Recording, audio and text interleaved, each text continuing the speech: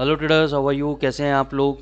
दोस्तों, आज हम बात करेंगे यहाँ पे फॉरेक्स के एनालिसिस के बारे में। बहुत ही ज़बरदस्त एनालिसिस है। पहले देखो, ये बहुत अच्छे एक अप ट्रेंड के अंदर चल रहा था आपका। अप ट्रेंड में आने के बाद यहाँ पे एक लोअर हाई बनाया। लोअर हाई बनाने के बाद आप देखोगे यहाँ पे एक लोअर हाई लोअर लो पैटर्न चलता रहा।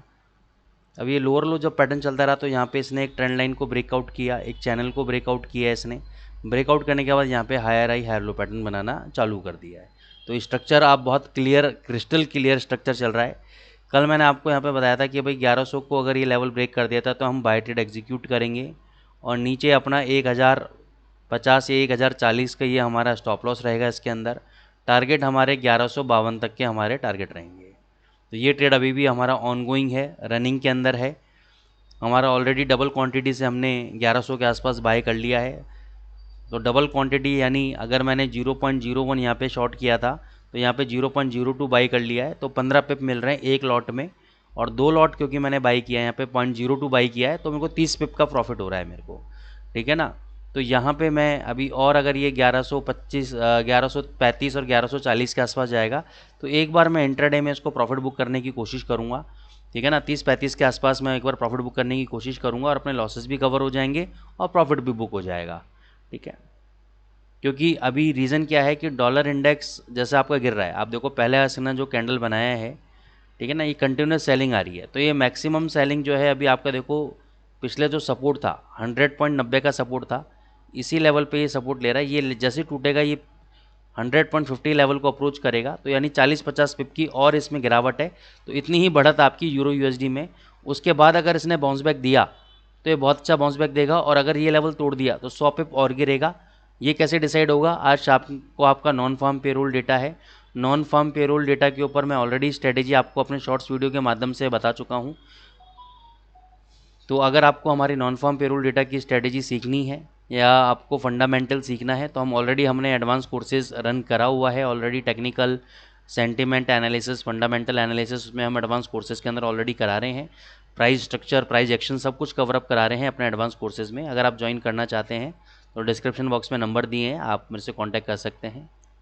तो डॉलर इंडेक्स आपका डेफिनेटली एक बार नीचे गिरेगा, जो हिसाब से मॉर्निंग में पैटर्न बना रहा है ये, तो गिरना चाहिए। तो ये गिरेगा तो यूरो यूएसडी भी आपका 1135-40 तक जाएगा, तो यहाँ पे आपको प्रॉफिट बुक करना चाहिए एक बार। ठीक है? फिर शाम को जब नॉन फार्म पेरोल डेटा आएगा फिर उसके अकॉर्डिंगली हम स्ट्रेटेजी को डिप्लॉय करेंगे। तो अभी इंट्राडे में नॉन फार्म पेरोल से पहले आपको इसके चक्कर में नहीं फंसना है।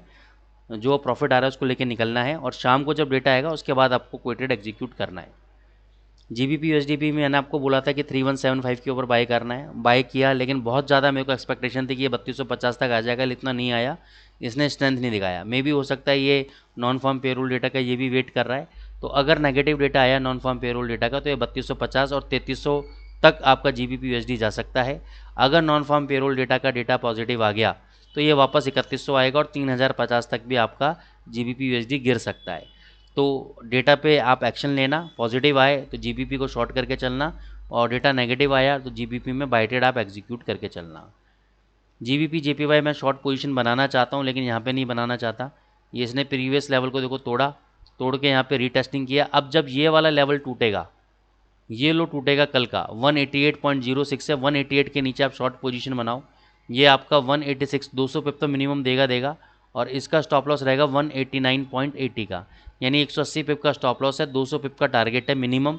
तो ये 188 के नीचे बेचो, 186 का टारगेट रखो, 189.80 का आपका स्टॉप लॉस रहेगा। AUD USD मैंने बोला था कि वे 67 60 67 70 तक बेचना है, लेकिन नहीं आया।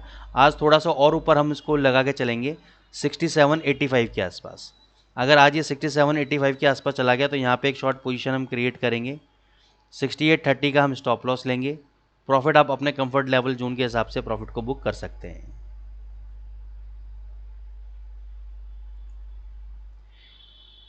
USD कैट भी आपका थोड़ा सा डाउनफॉल दिखा रहा है, तो इसमें अभी कोई भी रिकमेंडेशन नहीं है। अगर आपको कल कोई भी रिकमेंडेशन मैंने 3470 पे बाई के लिए दिया था तो उसको आज के लिए आप इग्नोर करना।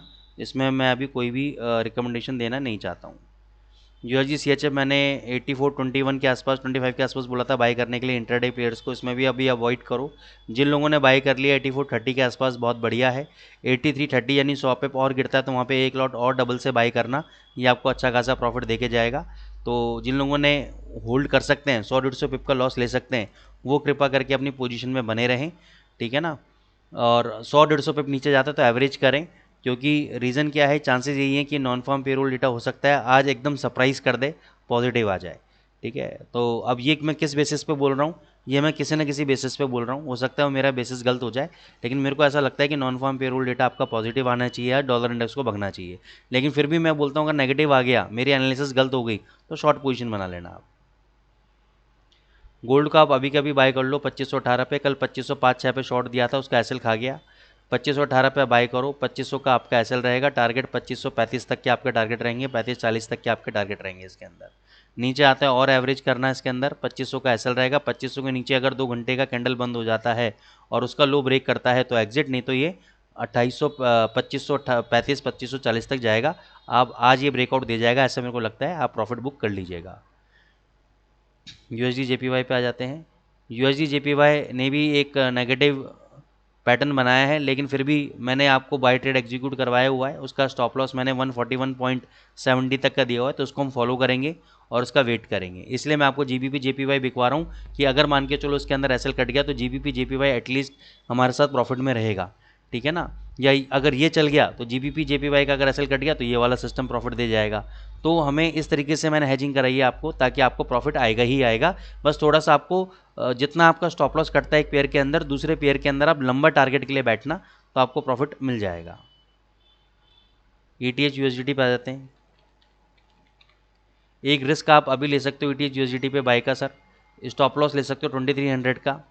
2300 का आपका स्टॉप लॉस रहेगा। पहले भी यहाँ पे ही इसने टर्न अराउंड किया है, आज ही देखो यहाँ पे इसने सपोर्ट लिया है, तो यहाँ पे आप 2500 तक का टारगेट, 90 पॉइंट का स्टॉप लॉस रहेगा, 110 पॉइंट का टारगेट रहेगा मिनिमम। तो ये आप ट्रेड बाय ट्रेड एग्जीक्यूट कर सकते हो ईटीएच यूएसडीटी के अंदर। सो आई होप दोस्तों आपको एनालिसिस पसंद आ रही होगी, तो चैनल को जरूर लाइक करें, सब्सक्राइब करें। Thank you so much.